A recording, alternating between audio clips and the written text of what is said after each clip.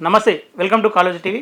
గత 2-3 రోజులుగా ఏదైతే అందశ్రీ వ్యాఖ్యలు, ఆడియో లీకు, అలాగే రాష్ట్ర గీతంగా పాడబోయే పాటకు సంగీత దర్శకుని ఎన్నికలో ఏం జరుగుతుంది, అసలు సంగీత దర్శకులు లేరని చెప్పేసి ఒకరు అంటారు, మేమందా ఉన్నామని చెప్పేసి మరొకరు అంటారు. అసలు ఆ సంగీత దర్శకులు మన తెలంగాణలో ఉన్నారా, లేదంటే తెలంగాణలో వాళ్ళకి అవసరం లేదా అనే దానిపైన ఒకసారి సుక్క రామనాథ్ అన్న మనతో పాటు ఉన్నారు. ఒకసారి అన్నతో మాట్లాడి తెలుసుకుందాం. అన్న నమస్తేనే. నమస్తే అన్న.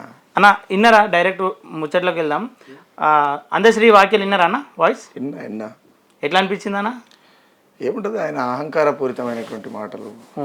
యావత్ తెలంగాణలో ఉన్నటువంటి చనిపోయిన వాళ్ళు కావచ్చు, ఇప్పుడు బతికిన వాళ్ళు కావచ్చు, ఇక్కడ ఉన్నటువంటి కళాకారులందరినీ, రాసేటోళ్ళని, పాడేటోళ్ళని, కొట్టేటోళ్ళని, ఇక్కడ ఉన్నటువంటి ఏమంటారు మ్యూజిక్ డైరెక్టర్లు అందరినీ కూడా అవమానపరిచే విధంగా మాట్లాడింది ఆయన. అహంకారపూరితమైనటువంటి మాటలు అవి. ఆయన ఖచ్చితంగా ఆయన తల బిరిసి ఆయనని ఎక్కడ లేకుండా చేసింది. ఓకేనా. ఆయన మాట్లాడుతున్న క్రమంలో ఒక మాట అన్నాడు ఆ ఆడియో లీక్లో, ఏదో సినిమా మన తెలంగాణలో ఉన్నారు కదా అన్న, మనోళ్ళని పెట్టుకుంటే బాగుంటుంది కదా అని చెప్పేసి ఉదాహరణకు రవి కళ్యాణ్ పేరు చెప్పిండు, కొన్ని సినిమాలు కూడా చేసిండు, అలాంటి వాళ్ళని పెట్టుకుంటే ఎట్లుంటుంది అన్న, బాగుండదు అని చెప్పేసి అంటే, ఏదో సినిమాకి చేసిన నా సినిమాకి పెట్టుకుంటున్నా అని చెప్పేసి ఒక వాక్య చేసిండు వాళ్ళు అందశ్రీ. దానిపైన మీ అభిప్రాయం అన్న? ఏదో సినిమా నా సినిమా అంటే ఎందుకు, అందశ్రీ సినిమా కాదు. ఆయన నాకు 2 పిల్లలు, లేకపోతే నాకు ఒక భార్య, లేకపోతే నాకు ఒక కుటుంబం, ఇది నా ఊరు, నేను ఇట్లా పుట్టినా, నేను అట్లా పుట్టినాను రాసుకున్న సినిమా కాదు కదా. 4.5 కోట్ల తెలంగాణ ప్రజల బతుకు, మెతుకు, కట్టు, బొట్టు అన్ని తెలంగాణ అనే ఆత్మగౌరవంకు సంబంధించినటువంటి పాట. ఓకే. ఏం అందశ్రీ వాళ్ళ ముత్తాత రాసి ఇచ్చిన స్థాయి ఏంది అది? ఎవరు ఇష్టం వచ్చాడు నాలుగు ఉందని ఎట్లా పడితే అట్లా మాట్లాడితే ఎట్లా? ఇది నాలుక తాటిమట కాదు కదన్నా. అంతా అంటే ఎవరైనా, మీరైనా నేనైనా ఎవరైనా మాట్లాడేటప్పుడు ఒళ్ళు దగ్గర పెట్టుకుని మాట్లాడాలి. ఇక్కడ ఉన్నటువంటిది పాట నీ అయ్య సొత్తు కాదు. అందులో ఏం రాసినావు? నీ పెళ్లి పందిరి గురించి రాసినావా, లేకపోతే మీ వాళ్ళ సావులు బ్రతుకుల గురించి రాసినావా? తెలంగాణ అస్తిత్వం ఉన్నది, తెలంగాణ ప్రజల గోస ఉన్నది, తెలంగాణ ఉద్యమం ఉన్నది. దానికి నువ్వు ఓనర్వా? ఎవడాడు చెప్పినోడు? అక్షరానికి ఎవడాడు ఓనరు? అక్షరానికి ఓనర్ పుట్టిండు ఆ భూమి మీద? అది ఎట్లా సాధ్యమవుతుంది అన్న? అంటే ఇక్కడ ఉన్నటువంటి తెలంగాణలో ఉన్నటువంటి కవులు, కళాకారులని, ఈ మ్యూజిక్ డైరెక్టర్లని కూడా ఆయన అంత అఘోరపరిచినట్టుగా మాట్లాడితే మరి వీళ్ళు ఎందుకు మాట్లాడతారు? మరి వీళ్ళకి ఎందుకు సిగ్గులేదు నాకు అర్థం కాలే నిజంగా కూడా. అవును, వాళ్ళు కూడా మేము ఉన్నామని చెప్పేసి వాళ్ళు బయట రావాలి కదా. ఇంతమంది మ్యూజిక్ డైరెక్టర్లు అంటే వాళ్ళు, మీరు చేసుకున్న సినిమా వేరు, నా సినిమా వేరు అంటే, నువ్వు ఏ సినిమా వేదిక మీద బతికినావు? నువ్వు ఏ పాట రాసి బతికినావు? తెలంగాణ ఉద్యమ నేపథ్యం లేకపోతే అందశ్రీ అనేట ఆయన ఎవరైనా లేదు, అందశ్రీ అనే పేరే లేదు. నువ్వు నేను ఇంకో మాట ఏమంటున్నా అంటే, ఇదే అందశ్రీ అంటే ఆయన గతంలో అనేక పాటలు రాసినటువంటి సందర్భాలునే నాకు క్లారిటీ ఉంది. ఎందుకంటే ఆయనతో పాటు తిరిగినోళ్ళు నాకు తెలుసు, ఆయనకంటే చిన్నోళ్ళు తెలుసు, ఆయనకంటే పెద్దోళ్ళు తెలుసు, నాకు పిచ్చ క్లారిటీ ఉన్నది. నేనేమంటున్నా అంటే, నేను అడ్డ మీద ఉప్పరి పని చేసేటప్పుడు నేను మేస్త్రిల్లే అని, నేను పాటలు రాసినాక అందశ్రీని అని రాసుకోలే పాట. తెలంగాణ బతుకున్నదల్లా 4.5 కోట్ల ప్రజల ఆస్తి పాట. ఇప్పుడు నేను చాలా పాటలు చేస్తుంటా, ఏ ఒక్క పాట కూడా నాది కాదు. నేను రాసి నా సంతక పెట్టెలు ఉన్నంతసేపు, నేను ఆ పాట తీసుకుపోయి స్టూడియోలో రికార్డింగ్ చేసేంతసేపే నాది. ఎందుకంటే అది నా దగ్గర ఉంది, నలుగురు కాడికి పోలేదు. నేను ఒకసారి యూట్యూబ్లో పెట్టేసినంటే ఆ పాట నాది ఎట్లా అవుతుంది అన్న? ఓకే అన్న, మీరు కూడా అనేక పాటలు రాసిరు, మీ దానికి సంగీతం ఇచ్చిన వాళ్ళు తెలంగాణ వాళ్ళు, ఆంధ్రలో అన్న? పక్క తెలంగాణ వాళ్ళు. తెలంగాణ అంటే లక్షల మంది, మీ పాట రాగానే లక్షల మంది చూస్తారు, అటు ప్రభుత్వాల నుండి కూడా బెదిరింపు కాల్స్ వస్తుంటాయి. అంటే అంత మంచి సంగీత దర్శకులు ఉండగా మరి తెలంగాణలో అసలు కీరవాణి తలదన్నే వాళ్ళే లేరని చెప్పేసి అంటుండు కదా. ఇంకోటి ఏంటంటే, మన తలని దంతుర్రు కాబట్టినే వాళ్ళ కాళ్ళకాడ మనం బతికేది ఏందని చెప్పి వాళ్ళ ఈపులు వలగొడితే తెలంగాణ రాష్ట్రం వచ్చింది. మన బిడ్డలు నెత్తురు త్యాగం చేస్తే తెలంగాణ రాష్ట్రం వచ్చింది. ఆయన తలదన్నుడు అనేటువంటి విషయమే చాలా పెద్ద అహంకారపూరితమైనటువంటి మాట. ఎందుకంటున్నా నేను ఈ మాట అంటే, మా బిడ్డలు చచ్చిపోతున్నప్పుడు చూసుకుంటా కూర్చున్న కీరవాణి ఏమన్నా బాణీలు ఇచ్చిండా? మా బిడ్డలు చచ్చిపోయి తెలంగాణ ఉద్యమం జరుగుతున్నప్పుడు ఇదే మీలాంటి విలేకరులు కూడా కాళ్ళు ఇరిగిపోయినాయి, కొంతమంది కెమెరాలు పట్టుకొని షూట్ చేస్తుంటే కొంతమంది చనిపోయారు. ఆ రోజు ఏం బాణీలు ఇచ్చిండు? ఏ సంగీతాన్ని అల్లిండు ఆయన? ఏ రకమైనటువంటి స్ట్రాటజీతో ఆయన నీటికి పట్టుకొస్తున్నారు? ఎట్లా చేపిస్తారు ఆయనతోని? ఇంకొక విషయం ఏంది అని అంటే, ఈ కీరవాణి అనేట ఆయన సగం సగం బట్టలు వేసుకునేటువంటి పాటలు చేపించి ఆడబిడ్డల బతుకును కూడా ఎక్కిరిచ్చేటువంటి నోరుతో చేపిస్తారు. అది ఎట్లా చేపిస్తారైనా?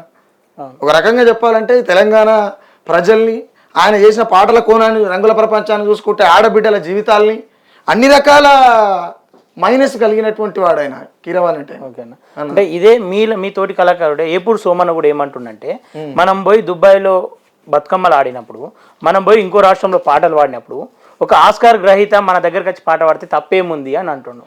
తప్పేముంది అనేటువంటి మాట్లాడే ముందు సోమన్నకు ఒకటి గుర్తుండాలి. ఏం గుర్తుండాలి అంటే, ఇదే తెలంగాణలో పుట్టినటువంటి వందే మాత్రం శ్రీనివాస్ గుర్తు రాలేదా?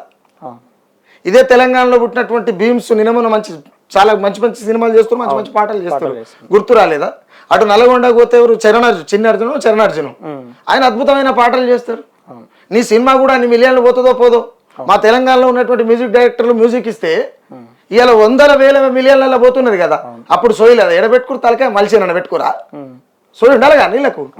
పోనీ నువ్వు పాట పాడుతున్నావు కదా, ఎవరి పాలైందని పాడిన నీనోరే, ఉత్తమన్న అని పాడిన నీనోరే, కాంగ్రెస్ కథం కావాలని పాడిన నీనోరే, ఏ ఆంధ్ర మ్యూజిక్ డైరెక్టర్ కాడ పోయి చేయించుకున్నావన్నా? నువ్వు ఎట్లా అవమానిస్తావు సోమన్నం అవ్వాలని? తెలంగాణ నువ్వు అవమానించినట్టే కదా. ఆయనకి ఇష్టం తప్పేముంది అని అంటే మా వాళ్ళకి ఇవ్వద్దు అన్నట్టే కదా. మా వాళ్ళు మేము తెలంగాణ బిడ్డలు. ఈ తెలంగాణ బిడ్డల స్టూడియోలనే కదా సోమన్న నువ్వు పాటలు పాడింది. గది ఇంకిత జ్ఞానం లేకుంటే గది మర్చిపోతే ఎట్లా? ఇలా వేనన్నా గుర్తు రాలేదని? గజ్వేల్ వేనన్నా స్టూడియోలనే కదా నువ్వు చేసేది. ఎందుకు ఆయన మ్యూజిక్ డైరెక్టర్ లెక్క కొట్టలేదా నీకు? ఉద్యమాల సమయంలో ఆయన అరెస్టులు చేస్తాం, చంపేస్తామని కూడా బెదిరించి రాసిన తెలంగాణ పాటలు కూడా రాసిండు వేనన్న. చాలా పాటలు చేసిండు ఆయన. నక్సలైట్ పాటలు చేసిండు, జానపదాలు చేసిండు, ఉద్యమ పాటలు, అనేక పాటలు చేసిండు. పొద్దున్న లేస్తే ఏ పురుషమని అలానే చేస్తాడు కదా. వేనన్న మనిషి లెక్క కొట్టలేదా? ఈ వాక్యాలను చూస్తే వేనన్న మనిషి లెక్క కొట్టరట్టే కదా అన్న. ఓకే, ఇంకేమంటుండంటే ఈ చర్చలు అనవసరంగా పెడుతుర్రు, ఏ కళాకారుడు కూడా దీనివల్ల ఇబ్బంది పడతలేడు, అనవసరంగా మీరే చర్చలు పెడుతురు అని చెప్పేసి అన్న. నేను ఇంకొక విషయం ఏం చెప్తా అంటే, పొద్దుకేడేళ్ళు తిరిగేటోనికి ఏమర్థమవుతుంది? పొద్దుకేడింట్లో తిరుగుతానికి ఏమర్థమవుతుంది? ఒక్కింట్లో ఉంటే భారం ఏంది, బతికేంది, బాధ ఏంది, సుఖం ఏంది, దుఃఖం ఏంది, నవ్వేంది, నవ్వులాట ఏంది అనేది తెలుస్తుంది జీవితం. అర్థం కదా. ఏండకా గొడుగు పడుతాడు ఏమైనా అంటాడు. ఈ సోయలేని మనుషులు జమయ్యారు కదా అంత. కనీస నైతిక విలువలు లేకుండా జీవిస్తున్నటువంటి మనుషులు చాలా మాట్లాడుతుంటారు అన్న. 10 ఏళ్ల కాలంలో ఈ పాట ఎటువైందని చెప్పేసి అడిగిన సన్నాసి లేడు, కానీ ఇవాళ వచ్చి దానికి దీనికి డిబేట్లు పెట్టుకుంటా మాట్లాడుతున్నారు అని చెప్పేసి ఒక వాక్య వేసింది అలా. అయితే నేను ఒక విషయం చెప్తా. 10 ఏళ్ల సంధి పాట ఎటువైందని అడిగేటువంటి సన్యాసి లేడు అని అంటే, నీకున్న తలబిరుసు నువ్వేం చేస్తావు నాకు తెలుసు. ఒకనొక టైంలో ఇదే అందశ్రీ నాకు ఫోన్ చేసి, ఎక్కడ చెప్పలేదు నేను ఫస్ట్ టైం చెప్తున్నా, ఓకే అన్న ప్రభుత్వం కాంగ్రెస్ ప్రభుత్వం వచ్చింది కదా, మీరు రేవంత్ రెడ్డిని కలిసిరు, మీకేమన్నా తాయిలాలు అందే అవకాశాలు ఉన్నాయా, లేకపోతే ఏమైనా అవార్డులు ఇచ్చే అవకాశాలు ఉన్నాయా, ఏమైనా పోస్టులు ఇచ్చే అవకాశం ఇట్లుందా అంటే, కుక్క బిస్కెట్లకు అలవాటు పడతాడా అందశ్రీ ఓకే అని అన్నాడు. నేనెమ్మటే ఆగకుండా బంగారు బిస్కెట్లకు అలవాటు పడతాడా అందశ్రీ అని నేను అన్నా.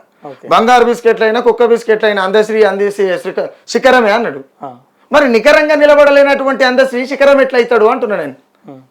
అంతే కదన్నా. ఇప్పుడు నువ్వు ఆడ పోయి కూర్చొని చేస్తున్నావు అంటే కుక్క బిస్కెట్లు తింటున్నట్టే కదా.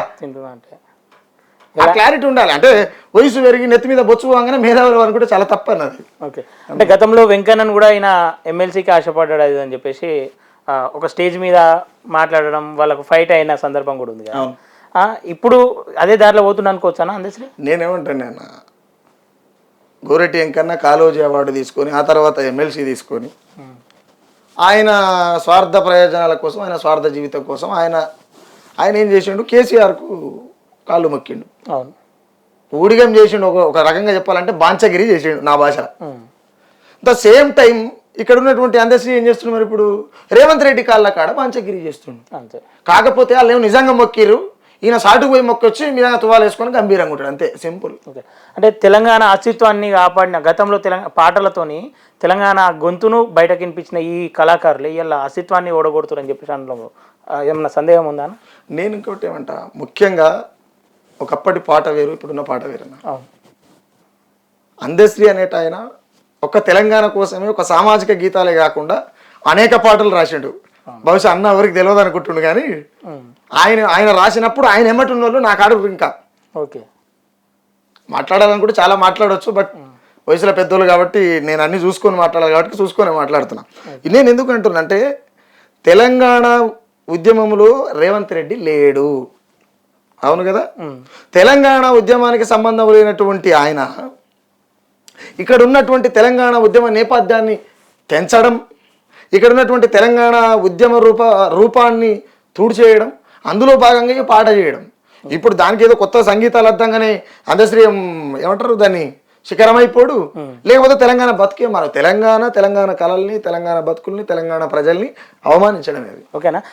ఇంకో మాట ఏమన్నాడంటే, ఇటలీకి చెందిన ఒక మహిళ మన భారతదేశానికి వచ్చి మన తెలంగాణని ఇస్తే సంబరం చేసుకున్నప్పుడు మన పక్క రాష్ట్ర పైన వచ్చి మనకు సంగీతం చేస్తే సంబరాలు ఎందుకు కావద్దు అని చెప్పేసి అన్నాడు. అయితే నేను ఇంకో విషయం చెప్తా, ఇటలీలో ఉన్నటువంటి ఆడబిడ్డ రాష్ట్రం ఇస్తే మనం సంబరాలు చేసుకున్నాం అని అంటుండు కదా, ఏ ఆడబిడ్డ ఇయ్యలే ఏ మగబిడ్డ తేలే అన్న తెలంగాణ. ఫస్ట్ క్లారిటీ ఉండాలి, ఈ సోయి తప్పిన మాటలు బంద్ చేసుకోవాలి ఒక్కొక్కడు. నేను ఎందుకు ఈ మాట చెప్తున్నా అంటే ఇటలీలో ఉన్న బొమ్మియలే తెలంగాణలో ఉన్న కొడుకుదేలే. ఇక్కడ విషయం ఏంది అని అంటే ఇవాళ మొదలైంది కాదు, తెలంగాణ ఉద్యమం మొదలైనప్పుడు ఆ ఇటలీ నుంచి వచ్చిన స్త్రీ ఉన్నదా, తెర మీద ఉన్నదా? లేదు కదన్న. ఆ ప్లేస్లో ఎవడున్నా ఇవ్వాల్సిందే. మా బిడ్డలు చచ్చిపోతున్నారు, ఇవ్వకపోతే ఏం చేస్తారు? తప్పదు, గత్యంతరం లేదు, ఇవ్వాల్సిన పరిస్థితి వచ్చింది. ఇచ్చేటట్టు మా బిడ్డలు చచ్చిపోయి అక్కడ ఉద్యమాన్ని చూపించారు. కానీ రాజకీయాన్ని త్యాగం చేసి, అంటే గతంలో తెలంగాణ కోసం కొట్లాడిన ఒక కవే ఆమె రాజకీయ భవిష్యత్తును తాకట్టు పెట్టి ఈరోజు తెలంగాణని ఇచ్చింది ఆ రోజు అని చెప్పేసి అనడం ఎట్లా? నేను అదే చెప్తున్నా. ఇప్పుడు తెలంగాణ రాష్ట్రానికి కోసం ఎన్ని ఇబ్బందులు పడుతూ వచ్చింది, లేదా ఏసీ రూమ్లో కూర్చొని చక్కగా సంతకం పెడుతూ వచ్చిందా? కొట్లాడితేనే రోడ్డు మీద వచ్చి కొట్లాడితేనే కదా, కొట్లాటట్లు వదిలిపెట్టి ప్రాణత్యాగాలు చేస్తే ఎంతో మంది ఎదిగిన కొడుకులు, నియాసంటి కొడుకులు, నాసంటి కొడుకులు కళ్ళ ముందరనే చచ్చిపోతే మీరు పాటలు పాడే కదా వాళ్ళని ఊసుకొలిపింది, నీ పాటలేనే కదా వాళ్ళు ఉరితాళ్ళు వెనుకుంది, నీ పాటలేనే కదా వాళ్ళు ఒంటికి మంటను పెట్టుకుంది. ఆ సావులకు నువ్వు కారణం కదా అందశ్రీ? నువ్వు కూడా కారణమే సార్. ఎందుకంటే నీ పాట ఉసుకొలిపింది, రెచ్చగొట్టింది, వాడిని ప్రాణాలు పోగొట్టడానికి ప్రధానమైనటువంటి కారణమైంది తెలంగాణలో పాట. ఈ పాటకాలకు అంత సిగ్గులేదా? సిగ్గు ఉండాలి కదా. ఈ వేలాది ప్రాణాల ఉసురు మీకు తగలదా? కలుగుతుంది కదా. అలాంటిది నువ్వు ఆమె ఇచ్చింది, ఈయన తెచ్చిండు, ఎవడు ఇచ్చింది లేదు, ఎవడు తెచ్చింది లేదు. తెలంగాణ అస్తిత్వాన్ని తెలంగాణ ప్రజలు కాపాడుకోరు, తెలంగాణ ప్రజలు తెచ్చుకోరు. ఓకే, ఇది రేవంత్ రెడ్డి ఏమంటున్నా అంటే కేవలం అందశ్రీ ఆయన ఎవరైతే కీరవాణి ఉండో ఆయన అందశ్రీ ఎంచుకుంటూ మాకు సంబంధం లేదని రేవంత్ రెడ్డి అంటుండు. అంటే నేను ఏమంటున్నా, చేతులు దులుపుకునేటువంటి పరిస్థితుల్లో ఉంటుంది ప్రభుత్వం ఏదైనా. చేతులు దులుపుకునే పరిస్థితుల్లో ఉంటుంది. ఇంకొక విషయం ఏంటంటే అందశ్రీ ఆయన చాలా పెద్దగా ఊహించుకుంటాడు, పెద్దోడే కాదంటలేము, ఆయన సాహిత్యం మేము రాయలేము, అది క్లారిటీ. బట్ విషయం ఏంది అని అంటే నువ్వు ఏ వేదిక మీద ఉన్నావు, ఏ వేదిక ప్రజలకు అక్కరొచ్చడం కోసం పోతున్నావు అనే దానిపైన చర్చ అయ్యా, అంతే కదా. ఇది ఇప్పుడు వందే మాత్రమో, లేకపోతే భీమ్సో, చరణ్ అర్జునో, లేకపోతే ఇక్కడ తెలంగాణలో ఉన్నటువంటి మ్యూజిక్ డైరెక్టర్లు ఎవరైనా కావచ్చు, మన బిడ్డలు ఎవరు చేసిన చర్చ వచ్చేది కాదు కదా, వచ్చేదే కాదు కదా. ఇక్కడ చర్చ ఏంది? ఇండియా పాకిస్తాన్ ఎట్లయితే కంచె వేసుకున్నదో, నా దేశానికి నేనే రాజు, నీ దేశానికి నువ్వే రాజు అని చెప్పి ఆ కంచె వేసుకొని మన బిడ్డల్ని ప్రాణత్యాగానికి కూడా సిద్ధమై బార్డర్లు ఎట్లయితే నిలబెట్టిర్రో, ఆంధ్ర తెలంగాణకు కూడా మనం ఒక కంచె వేసుకున్నాం కదా, నీది నువ్వే మాది మేమే అని. ఆ కంచె వేసుకున్న దాన్ని కంచె దాటిపోయి సుంకర జాతి లెక్క మాట్లాడితే ఎట్లా అని అంటున్నా నేను. ఓకేనా, ఇదే సుఖరామ్ నర్సన్న. ఇప్పుడు అదే పాటను ఆ సంగీత దర్శకునితో చేస్తే ప్రశ్నిస్తాడా లేదంటే సైలెంట్ ఊరుకుంటాడా? అట్లెట్ ప్రశ్నించకుంటే మీ ఛానల్ కాడికి ఎందుకు వస్తారా? రారుగా. నేను మొన్న కూడా ఒక ఛానల్లో చెప్పిన, నన్ను ముందే అడిగారు ఈ క్వశ్చన్ వాళ్ళు. అడిగితే నేను మాట చెప్పిన, ఊర్లల్లా మన తండ్రులు ఎవరైనా, మన తాతలు మన తండ్రులు ఎవరైనా జోడేలాగలు వేసుకునేది. జోడేలాగలకు ఇట్లా మనం పెట్టుకున్నట్టు బటన్లు బెల్టులు లేవు, వాళ్ళకి పెడితే ముడతాలు పెట్టాలి, లేకపోతే దానికి ఒక బొందే ఉంటుంది, ఆ బొందే తీసి అందరం మెడ గట్టి గుంచుతా బయటికి ఇడిచిపెట్ట. అట్లా ఆ మాట ఎట్లా? ప్రజలకు అన్యాయం జరుగుతుందంటే ఎంత పెద్దోడైనా సరే వదిలిపెట్టారు. కానీ సమయం తక్కువ ఉంది. ఆల్రెడీ 2 తారీఖు నాడు ఆ పాట ఏదైతే మన జాతీయ గీతం రాష్ట్ర గీతం ఉందో అది రిలీజ్ కాబోతుంది. ఈ మధ్యలో మార్పు వచ్చే అవకాశం ఉందనుకుంటున్నాను. అంటే నేనేమంటున్నా, రాజ్యం మన చేతిలో లేదు. అవును, రాజ్యం చాలా బలమైంది. ఆ రాజ్యాన్ని నిర్మాణం చేస్తున్నటువంటి ప్రజలు చేతులు గాలినాక ఆకులు పట్టుకునే పరిస్థితులు ఎవరు? ప్రస్తుతం తెలంగాణ ప్రజలైతే. కాబట్టి నేనేమంటా, దాన్ని ఒక ప్రభుత్వం చెయ్యలేదు, ఈ ప్రభుత్వం చేస్తుందని చెప్తుండ్రు. ఎవరు? అందశ్రీ చెప్తున్నాడు. రేపు వచ్చే ప్రభుత్వం ఇంకేం మారుస్తుందో మరి. ఇప్పుడు ఒక పాటని అది పెంచడమైనా తగ్గించడమైనా మన తల్లికి కొంగును మనమే గుంజుకున్నట్టు లెక్క, క్లియర్గా. అది అందశ్రీ గారికి అర్థమైందో కాలేదు. ఆయన అంత గొప్పగా అయితే రాయలేము, ఈ జన్మ కాదు, ఇంకా 10 జన్మలు ఎత్తిన నేనైతే రాయలేను ఆయన లెక్క. కానీ ఆయన చేసింది 100 తప్పునరా, తప్పే. ఇప్పుడు నేనేమంటాను, మా బిడ్డలు చచ్చిపోతుంటే చూసినావు కదా కిరవాణి, నీ కళ్ళు ఏం మస్కలేం లేవుగా. ఆయన నుండి మన బిడ్డల కోసం ఒక పాట కూడా రాలే, ఒక సంగీతం రాలే. అదే ఎన్ శంకర్ అన్న జైబోలో తెలంగాణ సినిమా తీస్తే ఆ సినిమాలో అద్భుతమైనటువంటి సాహిత్యాన్ని ఇచ్చి అద్భుతమైనటువంటి గాత్రాన్ని ఇచ్చి వందే మాత్రం సినిమా పాట వాడిగా. జైబోలో తెలంగాణ అది ఈయనదేగా, అందశ్రీ కదా రాసింది, జైబోలో తెలంగాణ అని.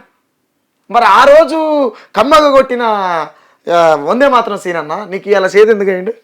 ఓకే ఓకే అన్న, చివరిగా ఇది ఇట్లాగే కొనసాగితే అంటే దానిపైన కళాకారులకు కావచ్చు, తెలంగాణలో కళాకారులు లేరు ఆయన తలదన్నులు అని చెప్పేసి ఆయన చెప్పిండు, దానిపైన చివరిగా మీ ఒక అభిప్రాయం చెప్పేసి. నేనేమంటే అన్న, ఆయన తలదన్నేటువంటి కళాకారులు లేరు అనేది తప్పు.